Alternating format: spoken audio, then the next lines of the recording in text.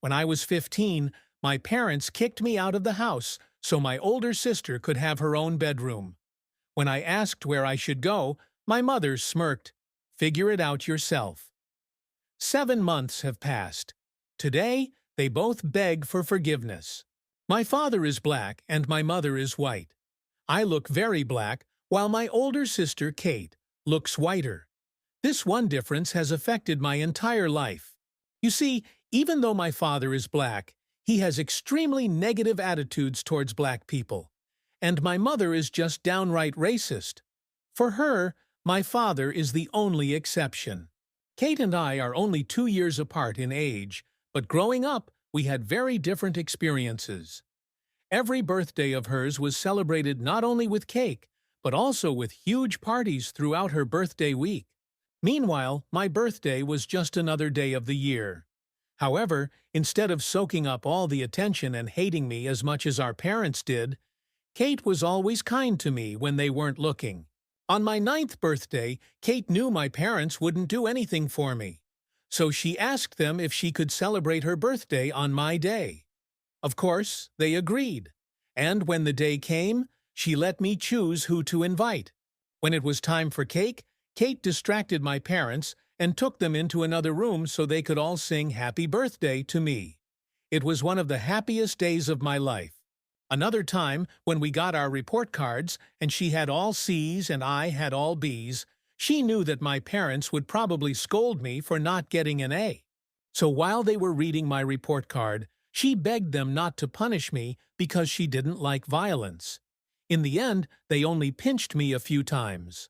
So even though my parents mostly thought of me as a cotton picker, as they called me, I still felt lucky because Kate was always there for me.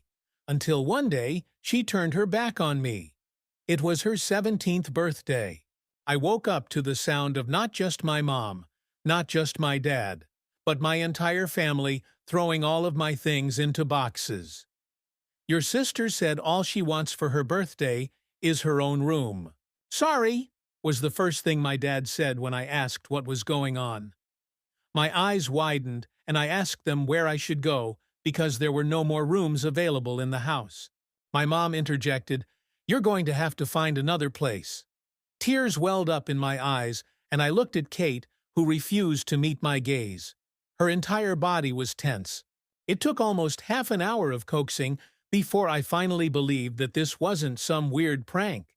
I immediately began to howl in profound sadness, because the only thing I had held on to, the only ally I had in the house, had abandoned me. And even as I curled into a ball and rocked back and forth, in a loneliness I can't describe in words, they ignored me, just kept packing. At this point, my fight-or-flight instinct kicked in. I numbed myself emotionally before walking out and calling the only other family member I trusted, my aunt on my father's side. After Kate's betrayal, I had no idea what she would say, but she immediately said I could come and stay as long as I wanted. I didn't eat breakfast that morning. I didn't even give Kate my gift. I just grabbed the boxes, ordered an Uber, and left. But on the way, Kate called me. I was filled with hatred when I saw her name on the screen, but I answered anyway. "I'm so sorry. Please don't hate me." My brows furrowed, and I fell silent. "Are you alone right now?" she asked. I said yes. Kate didn't say anything else. She just turned on the video call and showed me a pregnancy test with 2 pink lines. It was hers. I gasped. "Are you pregnant?" I remembered Kate coming home with a hickey. My parents had yelled at me for almost an hour, telling me what a bad influence I was, that it was all my fault. So I got it. "Are you pregnant?" I asked. She told me to go to our Aunt Bonnie for help. Suddenly, I heard my parents coming up the stairs singing "Happy Birthday." So I hung up. My mind was racing. Part of me was glad that Kate was still my best friend, but mostly I was just worried. So worried. And when I got to Aunt Bonnie's, my stomach was in knots with worry because she opened the door, gave me a big smile, and gave me a big hug. "I'm so glad you're visiting," she said. I'd never told her what happened, and apparently my parents hadn't either. We were in the middle of polite introductions when I just blurted out, "My parents are racist, and my sister is pregnant." As soon as I said it, she laughed, thinking it was some kind of joke. And then I burst into tears. We'd already gotten the boxes by this point, so we went inside and she listened to me while I talked. I made her promise not to tell my parents, and she swore she wouldn't. I spent the next hour pouring it all out. The racism, the favoritism, the eviction. She'd promised me I'd be safe with her and held me until I fell asleep, crying. I didn't know it at the time, but Aunt Bonnie was going to make my parents pay. Kate's and my lives were about to change forever. When I woke up the next morning on Aunt Bonnie's couch, I felt momentarily disoriented, unsure of where I was. Then it all came flooding back. The eviction, Kate's pregnancy, everything. My eyes were puffy from crying, and my back ached from sleeping in an awkward position. I checked my phone. 3 missed calls from Kate, but none from my parents. It wasn't surprising, but it still hurt. I could hear Aunt Bonnie in the kitchen making breakfast. The smell of bacon and eggs filled the apartment. My stomach growled loudly. I hadn't eaten since lunch the day before. "Good morning, sleepyhead," Aunt Bonnie said as I trudged into the kitchen. She looked like she hadn't slept in an hour. "I made you breakfast. Eat. We have a lot to discuss." I sat down at her small kitchen table and began to eat. The food was delicious, or maybe I was just starving. Either way, I practically wolfed it down while Aunt Bonnie sat across from me, sipping her coffee. "I've been thinking about everything you said," she said, when I was about halfway through the plate. "Are you talking about some kind of punishment?" I muttered. "Just a few spanks, a pinch, that kind of thing." Aunt Bonnie's face darkened. "It's still abuse, Lily. And the emotional stuff, the way they treat you differently than they treat Kate, that's abuse too." I just stared at my plate. It felt different when someone said it out loud. I'd always known there was something wrong with the way my parents treated me, but hearing someone call it abuse made me feel both validated and oddly ashamed. "I'll call your parents after breakfast," she continued. "First, to tell them you're staying with me for now. Second, to let them know I know how they treated you." My heart began to beat faster. But what about Kate? If you tell them you know, they'll know I told you about the pregnancy. "I won't mention the pregnancy," Aunt Bonnie assured me. "That's Kate's news, and she'll tell you when she's ready. But they need to hear the rest." After breakfast, I called Kate while Aunt Bonnie was cleaning up. Kate answered immediately, sounding very tense. "Are you okay? Where are you? Did Aunt Bonnie let you stay?" The questions came pouring out. I told her everything was fine and that I was at Aunt Bonnie's. She sounded relieved, but still worried. I asked how she was doing and if her parents suspected anything. "They don't suspect anything," Kate said. "They're too busy redecorating my room now that it's all mine." She sounded guilty as she said it. "Lily, I'm so sorry. I should have found another way." I was still hurt, but I understood why she had done it. "It's okay," I said. "But Kate, what's your plan? You can't hide the pregnancy forever." Kate began to cry softly. "I don't know. I'm afraid to tell them. You know how they'll react." I knew exactly how they would react. They would blame me in some way, even though I had nothing to do with it. They would shame Kate, but ultimately forgive her. They would ruin everything. "What about Dad?" I asked. "Is he in on this?" "It's Tyler," Kate said. "You know, in my chemistry class. His parents are very religious. If they find out, he's screwed. We're both screwed." Tyler Williams. I knew him vaguely. A tall, quiet guy who played baseball. Not the type of guy I'd expected Kate to be secretly dating. "Have you thought about what you want to do?" I asked cautiously. "Like, do you want to keep him or—" "I don't know yet," Kate admitted. "I need some time to figure this out. Can you ask Aunt Bonnie if she can help me? Maybe I can come over and we can talk." I promised to ask Aunt Bonnie and told Kate to wait. Just after we finished talking, I heard Aunt Bonnie talking on the phone in the living room. Her voice was raised, and although I couldn't make out every word, I knew she was scolding someone. Probably my parents. I was sitting on the edge of the bed in Aunt Bonnie's spare room, where she'd moved my boxes. Part of me wanted to eavesdrop, but another part of me was afraid to hear what she was saying. After what seemed like an eternity, the apartment went quiet. A minute later, Aunt Bonnie appeared in the doorway. "So your sister decided she needed a new blanket," she said, sarcasm in her voice. "And here's my other nephew," she said warmly, putting down the groceries to hug Kate. Kate burst into tears as soon as Aunt Bonnie hugged her. The next hour was tense. Kate told Aunt Bonnie all about Tyler, how she was 8 weeks pregnant, how she was afraid her parents would find out. Aunt Bonnie listened attentively, asking questions, but never judging. "Have you decided what you're going to do?" Aunt Bonnie asked softly. Kate shook her head. "I don't know. I'm only 16. I was supposed to be able to go to college next year, but I also don't know if I can go through with the abortion."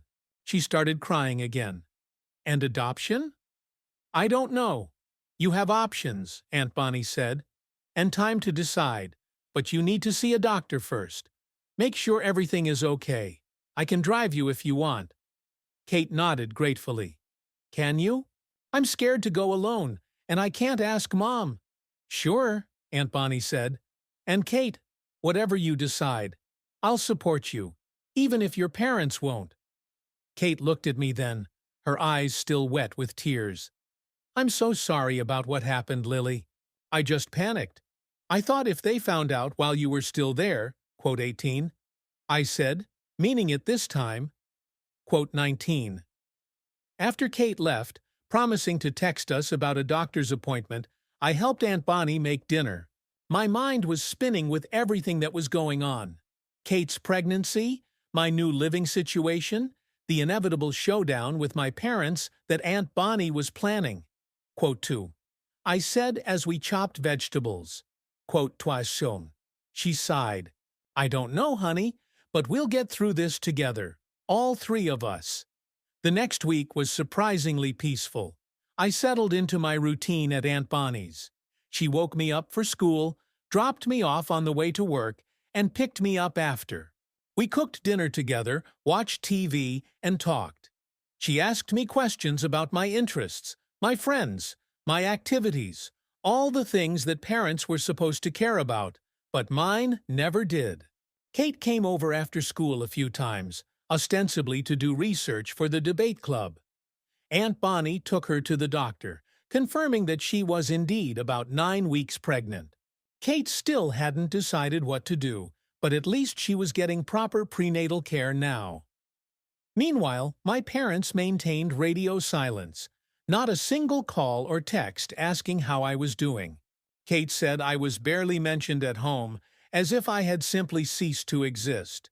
It hurt, but it also confirmed what I had always suspected. They didn't love me the way parents should. Then, on Friday night, everything exploded. Kate called me in a panic. Mom had found my prenatal vitamins. I told her, her voice shaking. She put it down to the fact that I had gained weight. "She knows, Lily. She knows I'm pregnant." My heart sank. What happened? What did she say? She was furious. Kate was sobbing, started screaming that I had ruined my life, that no decent college would accept me anymore, that I had disgraced the family. Dad came home in the middle of it all and lost it too. I put Kate on speakerphone so Aunt Bonnie could hear. Quote Tras. Aunt Bonnie asked immediately. Quote Twain through. Kate said, "But they keep pounding on the door, demanding that I come out and face the consequences of my actions. I'm scared." Aunt Bonnie grabbed the car keys. "We're coming to get you. Pack a bag with the essentials. You can stay here too." The drive to my parents' house was tense. Aunt Bonnie drove like a woman on a mission, her knuckles white on the wheel. I sat in the passenger seat, sending Kate updates on our location.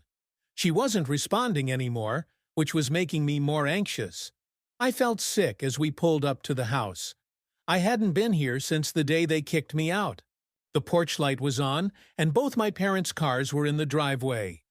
"Stay in the car," Aunt Bonnie instructed as she pulled the car into park.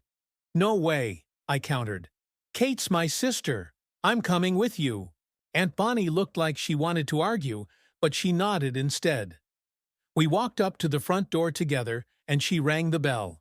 The sound of screaming from inside immediately stopped. A moment later, my father threw the door open. His expression quickly changed from anger to surprise to a tight smile as he saw Aunt Bonnie. "Bonnie, what a surprise," he said, completely ignoring my presence next to her. "What brings you out so late?" "Stop talking, Marcus," Aunt Bonnie said coldly. "We came for Kate. She called us." My mother appeared behind him, her face red from crying or screaming or both. "This is a family matter, Bonnie. You shouldn't interfere." "I'm family," Aunt Bonnie snapped. "And so is Lily, although you seem to have forgotten that." "Where's Kate?" "In her room, throwing a teenage tantrum," my father said dismissively. "She could come out when she was ready to discuss her options rationally." The way he said options gave me the creeps. I knew exactly what he thought was the rational option. "Let me follow her," I said, already moving toward the stairs. My mother tried to block my way. "You don't live here anymore, Lily." "You can't just move," Aunt Bonnie said, in a voice so authoritative that my mother actually backed off. I ran up to Kate's room, my old room too, and knocked gently. "Kate, it's me? Open up." The door opened a crack, and Kate peered out. Her face was stained with tears. When she saw that it was indeed me, she threw the door open and hugged me tight. "Thank God you're here," she whispered. "They've gone crazy. My dad says I have to get an abortion, or he'll throw me out. My mom keeps crying about what the people at church will say." "Pack your things," I told her. "You're going to live with me and Aunt Bonnie." Kate nodded and quickly grabbed her duffel bag, stuffing her clothes and toiletries into it. I helped her pack, picking up the things she'd missed: her laptop charger, her favorite sweater, the teddy bear she gave me years ago that had somehow survived my purge. When we got downstairs with her bag, my parents were still arguing with Aunt Bonnie at the front door. Quote, 34, my mom said, quote, 35, quote, 36. Aunt Bonnie replied, quote, 37. My dad's face turned an alarming red. "Is that a threat? You have no proof of anything." "I have Lily's statement," Aunt Bonnie said calmly. "And now I have proof that you are trying to force Kate to undergo a medical procedure against her will. Are you really going to test me on this, Marcus?" My parents exchanged glances. For the first time in my life, I saw something like fear in their eyes. "Kate can make her own decisions when she turns 18, my mother said, changing tactics. "In the meantime, she stays here, where we can take care of her." "Take care of her the way you took care of me," I blurted out. "Treat her like trash if she doesn't do exactly what you want." My father finally acknowledged my presence with a hostile look. "You don't know what you're talking about. We've always provided for both of you." "Providing food and shelter is the most basic thing," I retorted. "You never loved me. And now that Kate has done something you don't like, you treat her the same way." Kate stepped forward, clutching her bag. "I'm going with Aunt Bonnie and Lily. I'll come back when you're ready to support me, no matter what I decide about my baby." My mother started crying again, but it felt manipulative, not sincere. "Kate, please think about your future." "I'm thinking about my future," Kate said firmly. "And I'm not here now." We left the house together. My parents were too shocked to physically stop us. As I drove away, I looked back and saw them standing in the doorway, watching us go. They seemed small and pathetic, no longer the towering figures of authority they had been in my mind for so long. The next few days were an adjustment. Kate took my bed, and I slept on the fold-out couch. Aunt Bonnie's small apartment felt cramped for the three of us, but also warm and safe in a way our parents' home had never been. My parents called Kate's phone constantly for the first 2 days, alternating threats with tearful pleas for her to come home. Eventually, she turned off the phone to get some rest. They never called me. By the third day, I was alone in the apartment while Aunt Bonnie was at work, and Kate was at her follow-up doctor's appointment.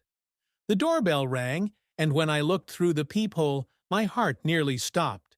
Saw quote 44, quote 45. I whispered into the phone. Quote 46, she said firmly. Quote 47. The doorbell rang again, followed by a drum roll. Quote 48. My father shouted, "Open that door right now." I remained silent, hoping that they would give in and leave. They did not. A few minutes later I heard a key being inserted into the lock. The door swung open, revealing my parents. My father was holding the key. Aunt Bonnie had given us a spare key once when she went on vacation, he explained in a calmer voice now, in case of an emergency with her plans and the mail. I backed away from them. This was not an emergency. You need to leave. My mother stepped inside, looking around the apartment. Where is Kate? We need to talk to her. She's not here, I told the truth. And I've already called Aunt Bonnie. She's on her way home. My father sighed heavily. Lily, this has gone too far. You've made your point, but Kate needs to come home now. She's still a minor, and what Bonnie is doing could be considered kidnapping. She didn't kidnap anyone, I snapped. Kate decided to leave because you were pressuring her to have an abortion. We weren't pressuring her, my mother said, though her eyes slid from mine. We were just trying to help her see the right choice. Whose version of the right choice? Yours? I was furious. It was her body, her baby, her choice. My father took a step toward me, and I instinctively stepped back. Something flickered in his eyes. Maybe resentment that I was afraid of him. Good. He should feel bad. This isn't about you, Lily, she said. You always make it about yourself. I couldn't believe what I was hearing. Are you serious right now? You kicked me out of the house on Kate's birthday. You've treated me like shit my whole life, and now you have the nerve to tell me I make it about myself. Before they could answer, the apartment door burst open again. Aunt Bonnie was standing there, looking furious. Kate was behind her, her face pale with shock at the sight of our parents. Get out of my apartment, Aunt Bonnie said to my parents in her deathly calm voice. Not without Kate, my father replied, turning to look at my sister. Come on, Kate. This has been going on too long. Go home where you belong. Kate stood next to me and Aunt Bonnie. I'm not going anywhere with you, not until you accept that this is my decision. My mother began to cry again. Kate, please. We just want what's best for you. No, you want what's easiest for you, Kate countered. What's best for your reputation? You don't care what I want or need. That's not true, my father countered. We love you as much as you love Lily, Kate asked pointedly. That brought them to their senses. They looked at me, then at each other, clearly unsure of how to respond. Aunt Bonnie stepped forward. I think it's time we all had that family meeting I mentioned. Sit down, both of you. She gestured to the sofa. Surprisingly, my parents sat down. Perhaps they were shocked by Aunt Bonnie's authority. Or perhaps they were finally realizing the gravity of the situation. Anyway, we spent the next 2 hours talking. Really talking.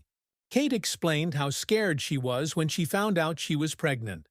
How she knew our parents would react badly. I told them how their attitude had affected me my entire life. The birthdays, the report cards, the constant feeling of being unworthy.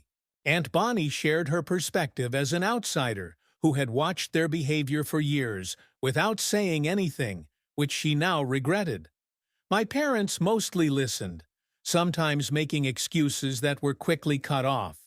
By the end of the conversation, my mom was actually crying, not the manipulative tears she had before. My father looked like he'd aged 10 years in a single morning. I didn't see what we were doing, he said finally, his voice hoarse. Lies, Aunt Bonnie said flatly. You saw. You just didn't care. The question is, do you care now? My mother looked at me through tears. Lily, I'm so sorry. We were terrible parents to you." It was the first genuine apology I'd ever heard from her. I didn't know what to make of it. Part of me wanted to accept them immediately, to have the loving parents I'd always wanted. Another part of me wanted to tell them to go to hell. "Sorrying won't fix 16 years, I finally said, "but it's a start." The conversation turned to Kate and her pregnancy. Our parents were still clearly unhappy about it, but they stopped pushing for an abortion. Instead, they actually listened as Kate talked about her options: keeping the baby, adopting or terminating the pregnancy, and her concerns about each choice. By the time they left, nothing was decided, but something had changed. They promised to respect whatever Kate decided about her pregnancy. They invited us both home, but also said they would understand if we wanted to stay with Aunt Bonnie for the time being. When Aunt Bonnie closed the door behind them, the three of us collapsed on the couch, emotionally drained. Kate quietly asked for support for my decision. Aunt Bonnie spoke honestly. I was unconvinced.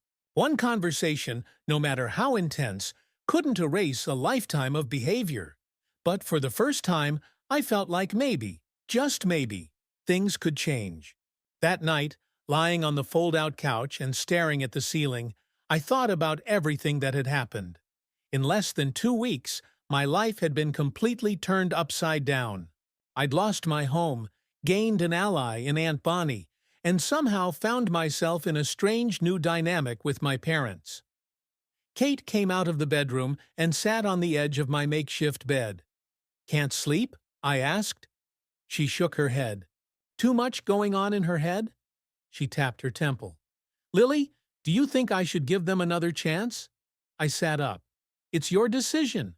They're still our parents, for better or for worse. I'm afraid they'll go back to the way they were before."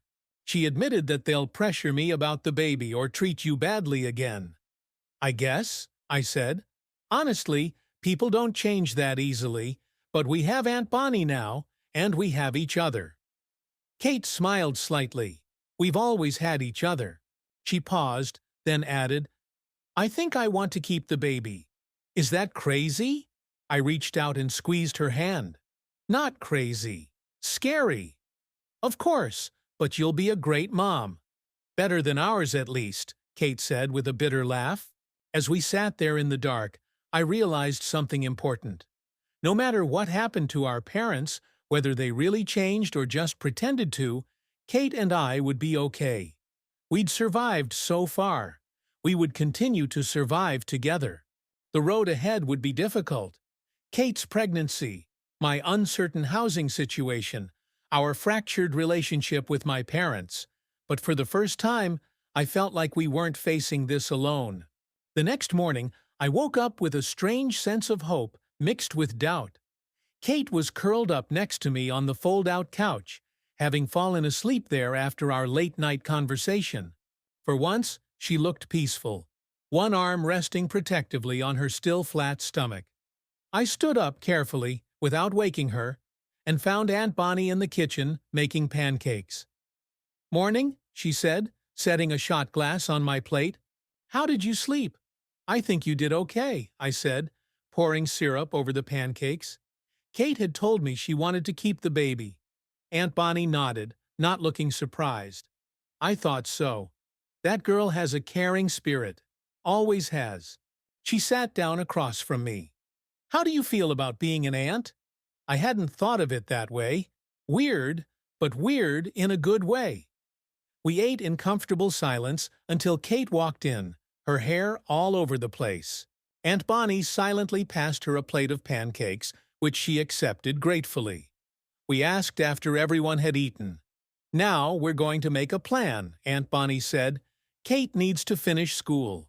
You both need stability, and your parents need to prove they're serious about change." Kate looked down at her empty plate. "I should probably talk to Tyler, too. He deserves to know what I've decided." That conversation happened later that day. Tyler arrived looking scared, probably expecting Aunt Bonnie to tell him off. Instead, she offered him lemonade and let them talk in the bedroom while I pretended not to eavesdrop from the hallway. I couldn't hear everything, But Tyler's reaction surprised me. No arguing or denying responsibility. Instead, he kept saying things like, "Whatever you need, I'll be there." When they left an hour later, Kate looked relieved, and Tyler looked determined, if still scared. "I'll tell my parents tonight," he promised before leaving. "They'll be furious, but they value responsibility. They won't let me run away." After he left, Kate plopped down next to me on the couch. "Well, that went better than expected. He seems decent," I admitted. "He is," Kate said, "scared as hell, but decent." The next few days were a flurry of planning. Aunt Bonnie called our parents for another meeting, this time with all of us, plus Tyler and his parents. Man, that was awkward. Tyler's parents were shocked, but they quickly recovered, especially his mother. My parents were stiff and formal, but at least they didn't yell. The adults discussed practical things: health insurance, living arrangements, college plans. I mostly sat quietly, watching everyone's faces. My dad kept looking at me when he thought I wasn't looking, a weird mix of guilt and something else I couldn't quite place. My mom hardly made eye contact with anyone. After that meeting, our parents asked if we'd like to think about coming home for dinner that weekend. A fresh start, my mother called it. Kate looked at me immediately. "Up to Lily," she said firmly. "Where she goes, I go." My father nodded slowly. "Fair enough." I agreed, but only if Aunt Bonnie came along. There was no way I was going to that house without my support. They reluctantly agreed. That Friday night was the most awkward dinner of my life. My mother had clearly spent hours preparing all of our favorite dishes, even remembering mine correctly, which was a first. The conversation was tense. Everyone was trying too hard to be polite. Halfway through dinner, my father cleared his throat. "I've been reading up," he said awkwardly, "about colorism and how it affects children." He looked right at me. "I never realized what I did to you, Lily. I'm not asking for forgiveness, just a chance to try to be better." I nearly choked on my mashed potatoes. My dad reads about colorism, admits he was wrong. I didn't know what to say, so I just nodded. My mom was next. "We found a family therapist, too," she said. "For all of us, if you girls agree. We have a lot to work through." I looked at Kate, who raised her eyebrows as if to say, "What do you think?" "Maybe," I said carefully. "We'll think about it." After dinner, my dad awkwardly showed me my old room. Only it wasn't my old room anymore. They'd completely redone it. New paint, new furniture, even a fancy desk to study in. It was beautiful, so much better than what I had before. "We thought about it," he finished. I told him. He nodded. "Aunt Lily, I'm your aunt. I can't wait to meet you. I found out yesterday. It's a girl, a niece. I'm having a niece." Something about that made it all seem more real. "Have you thought of names?" Aunt Bonnie asked. Kate nodded. "I like Bonnie Lily Williams." She looked shyly at us, my two favorite people. I didn't cry. I didn't cry at all. Okay, maybe I cried a little. When we told the parents the baby's name, my mother hugged me. Not in a stiff, formal way, but in a real way. "She'll be lucky to have an aunt like that," she said softly. The months flew by.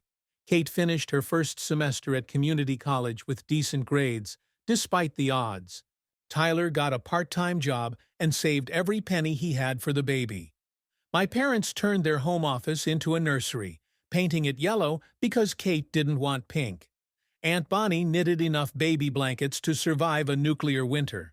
I focused on school, too, getting straight A's my senior year. When the college acceptance letters started coming in, my parents were genuinely happy for me. They even threw me a little party when I got into my first choice. It was the first real celebration they'd ever thrown for me. It felt nice, if a little surreal. Kate's water broke 2 weeks early, in the middle of my graduation ceremony. One minute, I was walking across the stage to receive my diploma. The next,